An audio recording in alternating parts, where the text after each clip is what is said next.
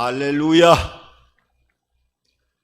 오늘 저는 우리가 함께 합독한 이 사무엘상 16장 7절의 본문 말씀을 근거로 해서 하자 인생이라고 하는 제목을 가지고 잠시 한번 은혜를 나누도록 하겠습니다. 요즘은 코로나19의 깊은 그 질고의 여파로 인해서 국내외적으로 많은 정치적, 경제적, 사회적 모든 것이 연합해서 어려움을 겪고 있는 것을 부정할 수가 없습니다.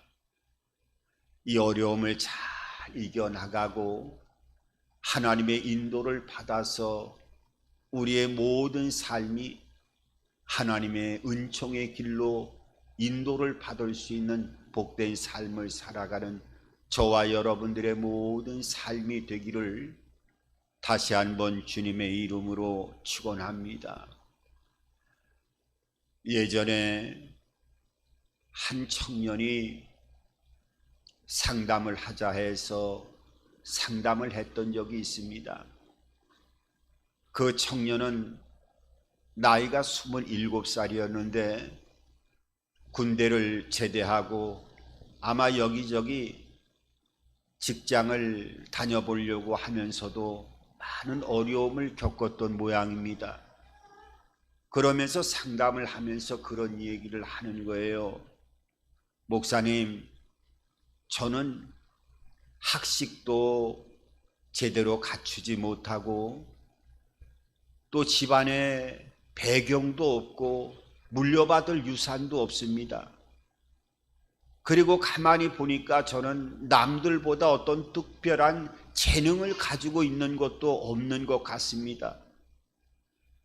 그러니 이 세상을 살아가려고 하는데 얼마나 많은 장애물이 있고 어려움이 많이 나타나는지 이 세상을 어떻게 살아가야 될지 막막합니다 라고 하면서 자신의 그 27년의 삶을 한탄하면서 많은 안타까움을 갖는 그런 모습으로 상담을 하는 것이었어요. 그래서 제가 그 청년에게 그렇게 물었습니다. 지금 나이가 27살이면 지금 다른 사람에게 가지고 있지 않는 젊음이 있지 않느냐?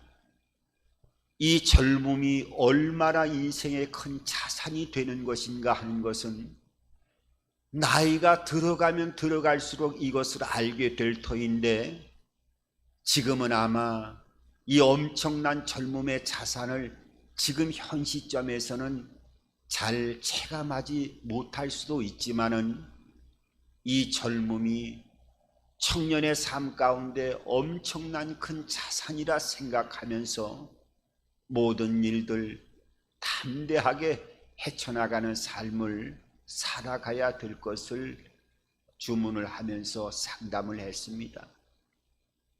그리고 그 청년에게 그렇게 얘기를 했습니다. 이 세상에 반드시 승리하는 복된 삶을 살아가기 위해서는 신앙생활을 해도 교회 생활에 왔다 갔다 하는 출석교인이 되는 것이 아니라 하나님을 진정으로 만나고 체험하는 삶을 통해서 하늘과 땅을 창조하신 하나님의 그 전능하신 능력과 은혜 안에서 인도와 보호를 받는 삶을 살아가게 되어질 때 어려운 문제와 장애물들을 만날 때에도 넉넉하게 이겨나가며 승리하는 삶을 살아갈 수 있겠노라고 그 청년에게 이야기를 해 주었습니다. 그랬더니 그 청년이 그럼 하나님을 어떻게 하면 만나고 그 하나님을 만나면 진짜로 어떤 축복이 옵니까? 라고 되차 저에게 되묻는 것이었어요. 여러분, 하나님은요, 하나님의 자녀를 택한 이후에는 그냥 이론상으로 택하는 것이 아니라 택함과 동시에 하나님의 축복이 임하게 되어지는데, 그 축복이 어떤 축복인 줄 아십니까? 복의 근원으로 삼아주시는 하나님의 은총이 임하게 되어집니다. 창세기 12장을 보면 아브라함이라고 하는 사람을 하나님이 택한 이후에 그 택하면서 하나님이 뭐라고 선포하시고 복을 주십니까? 내가 내게 복을 주어 내 이름을 창대케 하리니 너는 복의 근원이 될 것이라고 말씀하셨어요. 그래서 너로 큰 민족을 이루고 내 자신이 움직이는 모든 영역이 환경을 통해서 복을 받는 것이 아니라 너 자신 자체로 인해서 그 지역과 모든 환경이 복을 받을 것이라고 말씀하시는 것이었어요. 어떻게 보면 신앙생활 하다 보면 이 말이 잘 이해가 되지 않을 때가 있는데, 하나님의 복을 받는다라고 하는 것은 환경이 좋아서 그 여건이 좋은 상태가 되어진 곳에서 내가 복을 받는 것이 아니라, 환경이 어떠한 악조건이 있다 할지라도 하나님이 나와 함께 하시면 내 자체가 복이 되기 때문에 내 주변을, 이 영향력을 통해서 복의 근원인 나 자신을 통해서 내 주변과 모든 영역을 복의 근원으로 흘려보낼 수 있는 놀라운 축복이 나타난다는 거예요. 성경에 보면 사무엘상 19장 18절 이하를 보면은 라마 나요시라고 하는 그런 지역이 나오는데, 이 라마 나요세는 다윗과 그 당시에 다윗이 그 사울의 군대를 풀어서 죽이려고 하는 그 목숨의 위협으로부터 도망가기 위해서 이 라마 라요스로 숨어들었어요. 그리고 그 당시에 선지자였던 사무엘도 이 라마 라요스의 다윗과 함께 이곳에서 기도하면서 하나님의 임재와 은혜와 능력을 공급받는 그런 삶을 살았던 곳이 라마 라요시라고 하는 장소였어요. 그런데 이 라마 라요시에서는 놀라운 역사가 나타나는 거예요.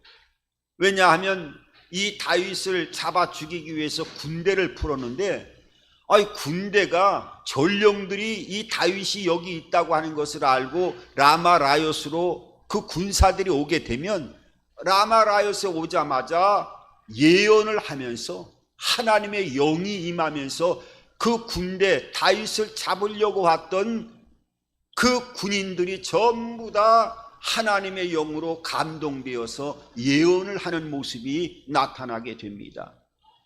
그래서 이 소식을 들은 사울은 이게 뭐가 어떻게 잘못되는가 다시 군사들을 다시 보냈어요. 라마 라요스로 재차 보냈는데도 라마 라요스로 들어가는 곳마다 이 군인들이 전부 다 예언을 하는 것이었어요.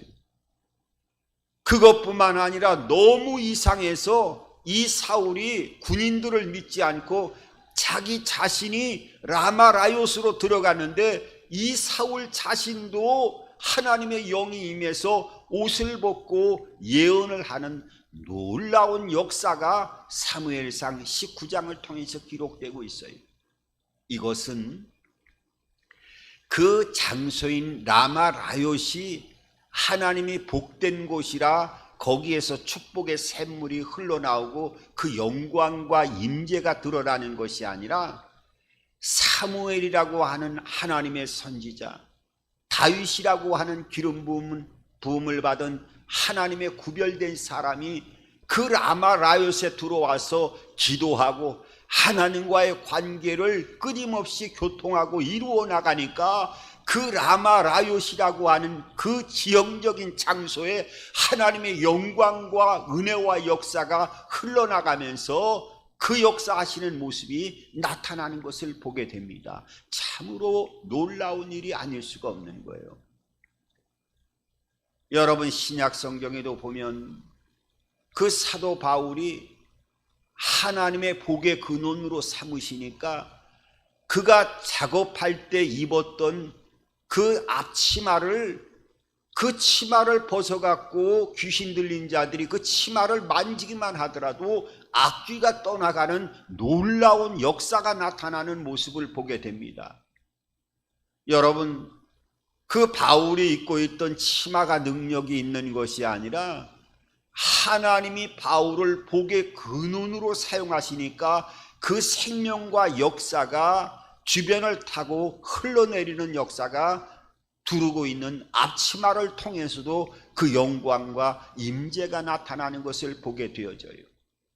그러니까 하나님이 택하시면 환경을 통해서 그 환경과 지형이 좋아서 내가 복을 받는 것이 아니라 그 환경이 어떠한 악조건이 있다 할지라도 하나님의 영광과 임재가 성령을 통해서 충만한 능력과 인도하심을 통하는 그 강력한 운행하심이 복의 근원으로 삼으신 하나님의 축복의 자녀를 통해서 그 지형과 그 주변을 흘러내려가면서 그 영광이 나타나기 때문에 하나님이 복의 근원으로 삼으셨다라고 하는 이 축복의 의미를 잘 깨닫고 믿음의 길을 걸어가는 복된 사람이 되어야 될 줄 믿습니다. 여러분, 하나님은 어디에서 복을 주시는 줄 아세요? 우리가 신앙생활하면서 그 전능하신 하나님을 어떻게 하든지 남들은 꿈에서 예수님을 보았다, 예수님의 임재를 어떠할 때 경험했다, 인도를 받았다, 꿈을 통했더니 계시를 받았다, 뭐 그런 얘기를 듣다 보면은 특별한 사람이라 특별한 장소에서만 하나님이 만나주시고 특별한 사람에게만 그 만남과 역사하심을 보여주는 것인가, 이렇게 생각할 수가 있어요. 그런데 성경을 보면은요, 하나님이 만나주시는 곳은 다른 곳이 아니라 광야에 하나님이 그 메마르고 간조한 풀 한 폭이 나지 않는 광야의 삶 속에 하나님의 임재가 가장 많이 나타나고 그 영광이 임하여지는 모습을 성경은 이스라엘 백성들을 그 광야의 삶을 통해서 인도하시는, 그 인도하는 과정을 통해서 그 영광과 임재와 역사하심을 드러내 보여주시는 것을 보게 됩니다. 만나와 메추라기를 보내주시고 저녁에는 불기둥과 낮에는 구름기둥으로 보호하시고, 여러분, 만나를 40년 동안 200만이 넘는 백성들이 그 굶어 죽지 않고 먹기 위해서는 먹을 것을 계속 신경 쓰면서 하나님이 대주셔야 되는데, 그 만나 아침에 일어나서 보면 쌀겨와 같은 것이 이슬처럼 하늘에서 떨어져서 그 쌀겨와 같은 것, 이게 무엇냐라고 하는 뜻이 만나잖아요. 하나님이 40년 동안 그것을 광야에서 그 먹거리를 통해서 생명을 유지할 수 있도록 보내주셨어요. 그리고 때로는 고기가 먹고 싶으면 메추라기를 갖다가 사람이 손으로 잡을 수 있는 위치로 떼를 지어서 날아가게 다니게 하면서 하나님이 그 고기를 먹게 하시는 놀라운 은혜를 베풀어 주셨어요. 그러니까 하나님이 만나고 하나님이 인도하시는 것은 우리의 삶 가운데서도 편할 때, 좋을 때 하나님이 만나주시고 그 임재를 보여주시는 것이 아니라 우리가 신앙생활하면서도 때로는 광야와 같은 간조한 폭폭한 그야말로 절망과 고통의 시간으로 그 어려움을 통과하는, 광야와 같은 시간을 통과하고 광야와 같은 장소를 그 절망과 어려움 속에 지나갈 때에 하나님이 만나와 메추라기를 더해 주시고 구름기둥과 불기둥을 통해서 하나님의 임재와 역사를 제일 많이 보여주시고 은혜를 베풀어 주신다라고 하는 하나님의 그 인도하시는 방법을 잘 우리가 깨달아야 됩니다. 하나님은 우리의 생각과는 참 여러 가지로 다른 많은 모습들을 발견하게 됩니다.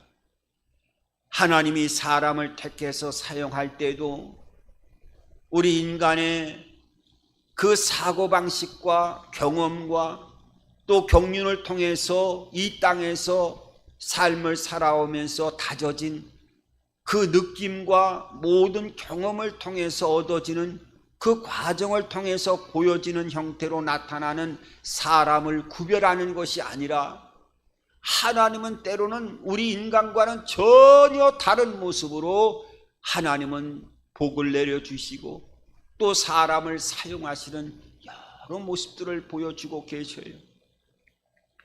오늘 이 사무엘상 16장 7절에도 하나님이 다윗이라고 하는 이 어린 다윗을 왕으로 기름 부음을 할 때 택함을 받는 그 놀라운 모습이 오늘 이 사무엘상 16장 7절을 통해서 보여주고 있어요.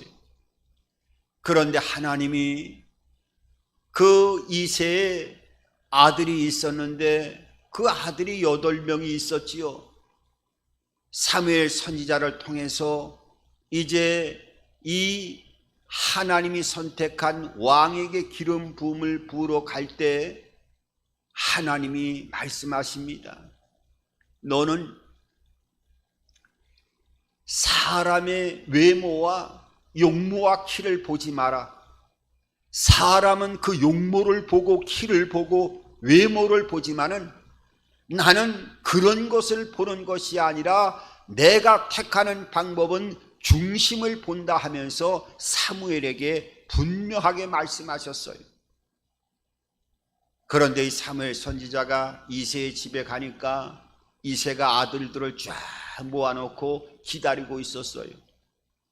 그래서 첫째 아들 엘리압이라고 하는 아들에게 딱 기름 부음을 하려고 사무엘이 딱 보니까 역시 하나님은 아주 보는 눈이 정확하신 분이구나.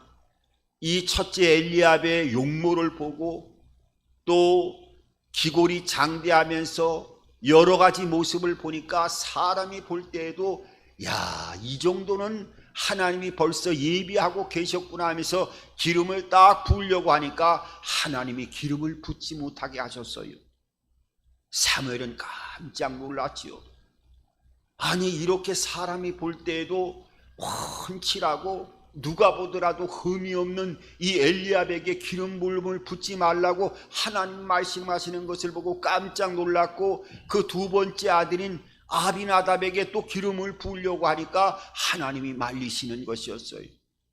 일곱째까지 하나님이 기름을 부을지 못하게 하니까 이 사무엘은 깜짝 놀라서 혹시 여기에 오지 않는 또 다른 아들이 있느냐 물어보니까 이 이새라고 하는 그 다윗의 아버지가 하는 얘기가 막내 8째가 하나 있긴 있는데 오늘 선지자님이 오신다고 그래서 이 7째까지는 다 대기시켰는데 형들의 양을 치고 있고 그 양들을 돌봐야 되기 때문에 막내 다윗은 그 양을 치고 들에 있습니다 라고 하니까 그 다윗을 데리고 오기 전까지는 너희들과 식사조차 하지 않겠노라 하면서 그 다윗을 데리고 오게 하면서 그 다윗에게 기름을 붓는 역사가 이 사무엘상 19장을 통해서 16장 7절 이하를 통해서 우리들에게 말씀하고 있어요.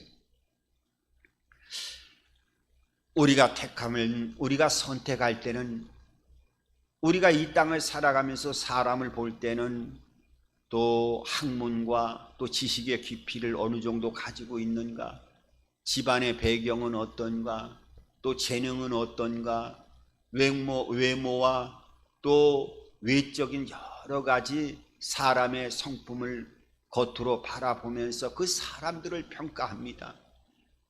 그런데 하나님이 볼 때는 우리 인간의 방법과는 분명히 다른 모습을 보여주고 있어요. 자, 오늘 하나님의 선지자가 오셔가지고 기름을 붓는다고 했으면 이 다윗이라고 하는 아이도 그 아버지 이새가 볼 때 좀 괜찮다라고 생각되어졌다고 하면 얼마든지 그 다윗도 이 7째, 8째까지 세워가면서 하나님의 선지자의 기름 부음을 받았을 거예요. 그런데 성경을 보면 그 아버지 이새조차도 다윗을 왕의 자리가 아니라 자식의 입장으로 볼 때에도 나머지 형제들에 비해서 상당히 뒤떨어진 모습을, 이 다윗의 아버지만큼을 자식을 잘하는 사람이 누가 있겠습니까? 그렇게 다윗의 부족함을 많이 알고 있었는데 하나님은 이 다윗을 통해서 이스라엘의 역대 41명의 왕 중에 가장 최고의 강력한 성군으로 하나님이 세워주시는 그 은혜를 보여주고 계셔요. 여러분, 이것뿐만 아니라 하나님이 사람을 선택할 때는 참 다른 방법을 보여주지요. 창세기 12장에 보면 아브라함이라고 하는 믿음의 조상을 만들어 가기 위해서 하나님이 아브라함을 선택하는데, 그 아브라함을 선택할 때는 그 집안 자체가 우상을 섬기는, 우상을 만들어 파는 집안의 자식이 바로 아브라함이었어요. 우리가 성경에 보면 다른 것은 몰라도 우상을 만들지 말라, 우상을 섬기는 자는 하나님의 나중에 율법을 주신 그 법을 보면 돌로 쳐 죽여라 할 정도로 가장 강력한 하나님의 징계와 벌이 나타나는 게 바로 우상을 섬기는 것인데, 하나님이 택할 사람이 없어서, 아니 얼마나 하나님이 택할 사람이 없어서 아브라함이라고 하는 우상을 깎아 만들어 장사하는 집에 그야말로 하나님의 진노가 퍼부어지고 멸문지화를 다 당해도 시원치 않을 이 우상을 만드는 집안에 하나님이 아브라함이라고 하는 사람을 택해서 그 역사를 이루어 나가는 것을 보게 되어집니다. 그것뿐인가요? 아브라함에게 큰 민족을 이루게 하기 위해서는 하늘의 별과 같고 바다의 모래와 같은 그 엄청난 자식을 이루어 나가기 위한 약속이 선포되어지는, 믿음의 가장 조상이 되어지는 하나님의 그 언약에 선택된 하나님의 자녀가 되기 위해서는 자녀를 잘 생산하고 자녀가 많이 나아질 수 있는 환경이 되어져야 되는데 그렇지 않아요. 그런데 아브라함의 아내 사레는요, 창세기 11장 30절에 보게 되어지면 그 여자는 아이를 낳지 못하는 불임 여자였어요.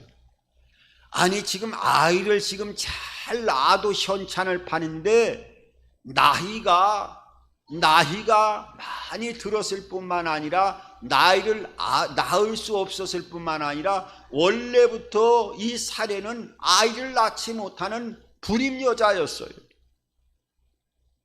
우리가 생각하면 상식적으로 납득이 되지 않은 이 아브라함과 사례를 통해서 하나님은 큰 민족을 이루어 나가는 하나님의 은총의 문을 열어가는 역사를 보여주셨습니다. 그것뿐인가요? 그 아브라함의 자식인 이삭도 어떻게 합니까? 그 100세의 이삭을 낳았다라고 하면은 하늘의 별, 바다의 모래와 같은 자손이 있기 위해서는 자녀들을 빨리 생산을 해야 되는데, 아니 세상에 100세의 그 이삭을 낳았는데 그럼 그 이삭이라도 빨리빨리 자녀를 낳았으면 사람이 눈으로 보이는 그런 현상적인 환경 가운데서도 어느 정도 이해하고 납득할 수 있었을 터인데, 그 100세에 난 자식인 이삭이 여러분 몇 세에 장가를 가는 줄 아세요? 성경에 보면 40세에 장가를 갑니다. 장가를 가지 못했어요. 40세까지. 여러분 이게 이해가 되질 않는 거예요. 그러면은 그 안에 40세에 리브가를 얻었는데 하나님이 직접 선별해서 얻었던 그 며느리 딸이, 그 아내가 리브가지요. 근데 리브가도 성경에 보니까 이 여자도 불임 여성이었어요. 아이를 낳지 못하는 여자였어요. 아니 하나님이 구하시고 하나님이 예비하신 그 하늘의 별과 같고 바다의 모래와 같은 자녀를 낳기 위해서는 자녀를 쑥쑥 낳을 수 있는 그러한 여인을 아내로 맞이하게끔 해줘야 될 터인데, 그 40에 얻었던 아내인 리브가조차도 불임 여자였어요. 그것뿐만 아니라 하나님이 은혜를 줘서 자식을 낳게 했는데 20년 뒤에 60의 쌍둥이를 낳게 되어지죠. 20년 동안 자식이 없었던 거예요. 20년 동안. 그 축복의 대명상이라고 생각했던 이삭이 60에 야곱과 에서를 쌍둥이를 잉태하고 낳게 되잖아요. 하나님의 은혜를 통해서 60에 낳았다는 거예요. 60에. 여러분, 이게 납득이 갑니까? 모세를 보세요. 그 200만이 넘는 이스라엘 백성들을 인도하는 위대한 지도자로 삼은 이 모세를 하나님, 우리가 생각할 때는 애굽의 왕자였다, 학문과 모든 학식을 다 섭렵하고 그야말로 그만한 하나님의 인도를 받을 만한 사람이었구나라고 생각할지 모르지만은 실제로는 전혀 그렇지 않았어요. 40의 광야에 도망을 나와서 40년 동안 양을 치는 광야에서 그야말로 40년 동안 날마다 그 메마른 간조한 광야에서 그 장인의 자기의 양도 아니고 장인의 양을 치는데 40년이라고 하는 세월을 보냈어요. 그리고 80의 떨기나무 불꽃 가운데서 하나님이 부르시고 소명을 주셨는데 그 모세가 뭐라고요? 하나님, 저는 절대로 할 수 없습니다. 이거는 겸손해서 그런 것이 아니라 그야말로 그 머리가 백발이 되어지고 80의 연로한 나이에 200만이 넘는 이스라엘 백성들을 인도하는 지도자로 하나님이 세우셨다고 하는 것을 납득할 수가 없었어요. 그리고 나중에 뭐라고 얘기합니까? 저는 이스라엘 백성들을 하나님 인도하려고 하면 이 언면이라도 좋아야 될 텐데 저는 말하는 기술이 없습니다. 말이 어눌해서 말을 잘하지 못하기 때문에 이스라엘 백성들을 인도할 수 있는 차질이 못 되는 사람입니다. 했더니 하나님이 어떻게 합니까? 너 말 못하는 거 걱정하지 말라. 내 형 아론을 붙여줄 테니까, 내 형 아론은 말을 잘하지 않느냐? 그러니까 아론과 함께 말을 잘하는 아론을 붙여줄 테니까 내 사명을 감당하라 하면서 이 모세를 택하죠. 그러니까 우리가 생각할 때는, 아니 그럼 말 잘하는 아론을 택해서 하나님의 역사를 이루어 나가는 게 더 편할 터인데 그 말을 못하는 어눌한 모세를 통해서 하나님의 역사를 이루어 나갔다는 거예요. 그래서 실제적으로 광야에서 이스라엘 백성들이 반란을 일으키고 불순종하고 끊임없이 일어나갔던 것이, 이런 불평과 원망이 나가면 말이라도 잘해서 설득을 해갖고 이스라엘의 남은 족속들을, 그 족장들, 나머지 지파들을 잘 설득할 수가 있어야 되는데 실제적으로 말이 어눌해서 이스라엘 백성들을 설득할 수 있는 설득력이 떨어져 가지고 수많은 어려움을 겪는 모습을 보게 됩니다. 참 이해할 수가 없지요. 여러분, 신약성경에 사도 바울이라고 하는 사람, 신약성경 27권 중에 13권을 하나님의 영감을 통해서 기록했던 사람이에요. 그런데 이 사도 바울이 어떻게 해요? 고린도 후서 10장 10절에 보면은 성경에 그렇게 나왔어요. 사람들이 그를 만나보니 그가 보냈던 글은 아주 무게가 있는데 그를 실제적으로 만나보니까 키가 왜소하고 체구도 약하고 특히 말이 어눌했다라고 성경은 말씀하고 있고, 그 사도 바울조차 자기가 말이 어눌하고 키가 왜소하고 체구도 작고 보잘것없었다라고 하는 것을 자기 스스로도 시인하고 있는 모습을 보게 되어져요. 얼마나 말을 못했는지요. 그 사도행전 20장을 보면 전도 여행을 끝나고 드로아라고 하는 곳에 마지막에 부흥 집회를 하고 이제 예루살렘으로 돌아가기 위해서 드로아에서 마지막 선교 여행을 끝내고 전도 집회를 했는데, 얼마나 많이 어눌했으면 그 창가에 앉아가지고 있던 유두고라고 하는 청년이 그 말의 은혜를 받지 못하고 창에서 떨어져서 바닥에 떨어져 죽는 사건이 발생하게 되어지지요. 하나님이 놀라운 은혜를 통해서 이 유두고의 생명을 살려주셔요.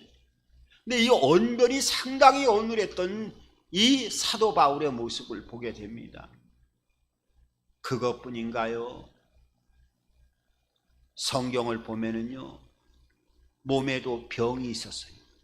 안질인지 간질인지 그 정확한 병명은 보여주지 않지만은 하나님 앞에 목숨을 걸고 기도하는 모습을 통해서 이 바울이 그 내면의 고통과 아픔을, 질병을 통해서 큰 아픔과 몸부림치는 그 고통 안에서 하나님이 뭐라고 응답해 주셨는 줄 알아요? 치료로 응답해 주시는 것이 아니라 내게 이 은혜가 족하다라고 하는, 몸을 지금 그 질병을 몸속에 달고 있는 것이 응답이다라고 하는 하나님의 응답을 주시지요.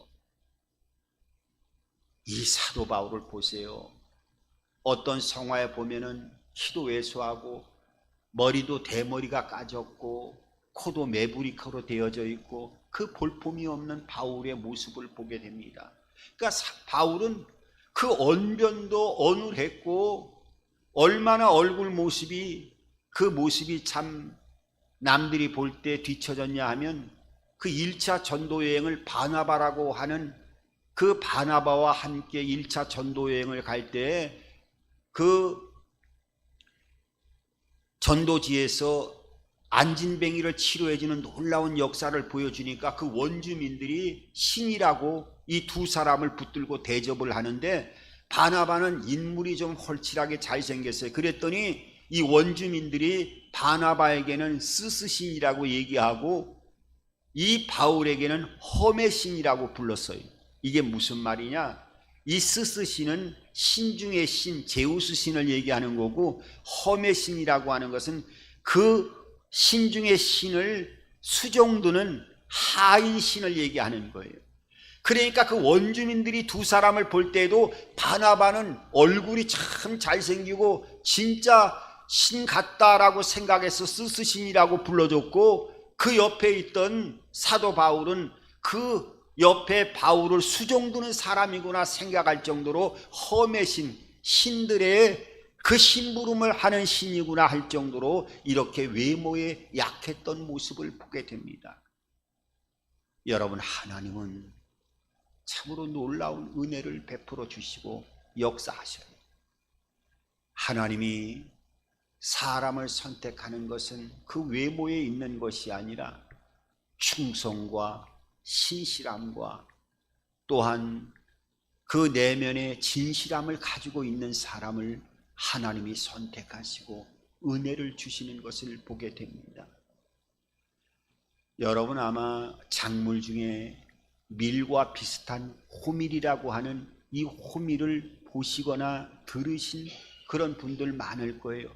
이 작물은 원래 저쪽 유럽 중에서도 중유럽이라든지 동유럽에 또 아주 귀한 많은 사람들에게 그 구세주와 같은 작물이 바로 호밀인데, 이 호밀은 1.5m에서 다 자라면 한 3m 정도 자라요. 근데 이 호밀이 얼마나 추위에 강하고 더위에 강한지, 그 호밀의 씨를 뿌릴 때에는 눈이 내려가지고 그 눈발이 된 상태에서 씨를 뿌려도 이 씨가 죽지 않고 자라게 되어지고, 나중에 싹이 틀 때에도 눈이 내린 상태에도 싹이 튼다는 거예요. 그러니까 이 내한성에 강할 뿐만 아니라 40도가 넘는 뜨거운 열기와 그 아주 메마른 상태에서도 이 호밀은 생명을 유지하고 자란다는 거예요. 그래서 하도 희한해서 이 호밀이, 그래서 이 러시아 같은 경우에는 아주 구세주와 같은 작물인데 호밀빵의 원료, 보드카의 주 원료가 되는 게 바로 호밀이죠. 근데 이 호밀의 그 이유를 따져보고 그 원인을 봤더니만, 그 미국의 오하이오 대학 연구팀에서 연구를 했는데, 그 원인이 이렇게 추위에 눈바리도 씨를 뿌려도 자라고 40도가 넘는 이 열대야에서도 이 씨가 잘 성장하는 그 원인을 봤더니 바로 뿌리에 있다는 것을 알게 되었어요. 그래서 호밀의 한 뿌리를 조사를 해보니까 실뿌리들이 얼마나 많은지, 그 한 그루의 실뿌리를 세어보니까 몇 개가 되어 있는지 아세요? 그 연구팀에서 연구를 해보니까 1300만 개의 실뿌리가 한 그루에 연결되어 있더라는 거예요. 1300만 개의 실뿌리, 엄청난 거죠. 그리고 그 길이를 계산해 보니까 1100km의 길이가 되더라는 거예요. 여러분, 그 뿌리에 생명이 있는 거예요. 우리가 이 땅의 어려운 시기를 살아가고 있지만은 하늘과 땅을 창조하신 하나님께 우리의 뿌리를 두고 그 생명의 접붙임을 받는 삶을 살아가게 되어지면 광야와 같은 삶 속에 하나님의 음성을 들려주시고 만나와 메추라기로 구름 기둥과 불 기둥으로 우리를 인도하시고 시간 그 영광을 보여주실 줄 믿습니다. 하나님은 사람의 외모를 보지 않고 그 중심을 보시고 그 믿음의 주 온전케 하시는 주님만을 바라보며 믿음으로 나아가는 하나님의 자녀를 더 복되게 하시고 복의 근원으로 삼으심을 여러분들이 절대로 잊지 마시고 그 믿음 안에서 승리하는 여러분들의 삶이 되기를 주님의 이름으로 축원합니다. 좋으신 아버지 하나님,